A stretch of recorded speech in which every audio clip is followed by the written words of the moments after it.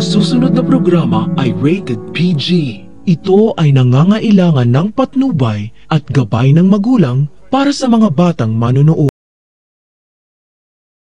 Wala na talaga sa lugar ang ginagawa ni Doc Carlos kay Annalyn dahil pinapahirapan niya si Annalyn sa trabaho nito bilang doktor sa Eastridge at pinapahiya pa.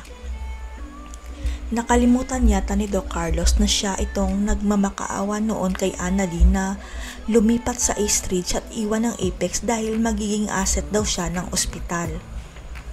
Hindi tuloy napigilan ni Annalyn na sumagot kay Doc Carlos na umalis nga siya ng Apex dahil hindi maganda ang pagtrato sa kanya tapos mangyayari rin pala ito sa Eastridge.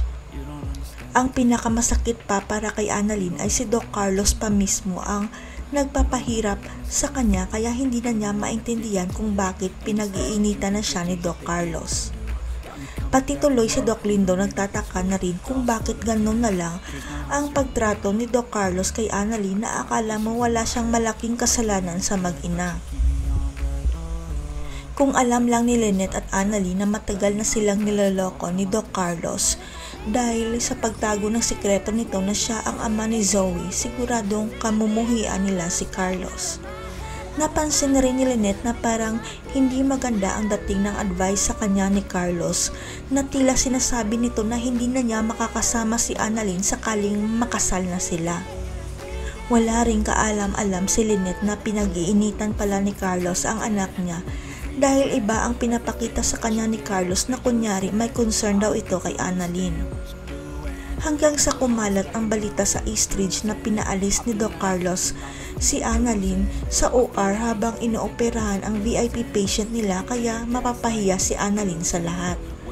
Nang malaman ni Chang Susan ang balita, dali-dali itong pumunta kay Lynette. Kaya nagulat si Lynette dahil ang akala niya walang problema si Carlos at Annalyn.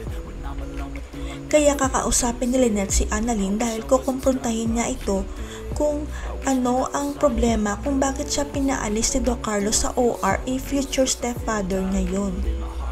Alam ni Annalyn na malalaman ni Lynette kung nagsisinungaling siya, kaya inamin ni Annalyn sa nanay niya na pinag-iinitan siya ni Carlos dahil siya ang sinisisi sa nangyari sa party.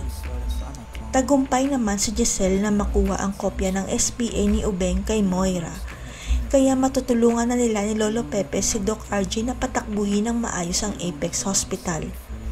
Sa pagbabalik ni Doc RJ mula sa therapy nito, sasangguni sila sa abogado para mapawalang bisa ang SPA ni Moira para si Doc RJ na muli ang magpapatakbo ng kanyang ospital.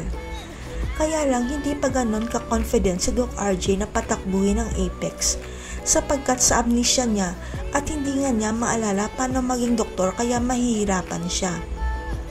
Hanggang sa nakaabot kay Giselle ang balita tungkol sa pagpapahirap kay Annalyn sa Eastridge kaya sinabihan niya si Ubeng na may solusyon na ang problema niya.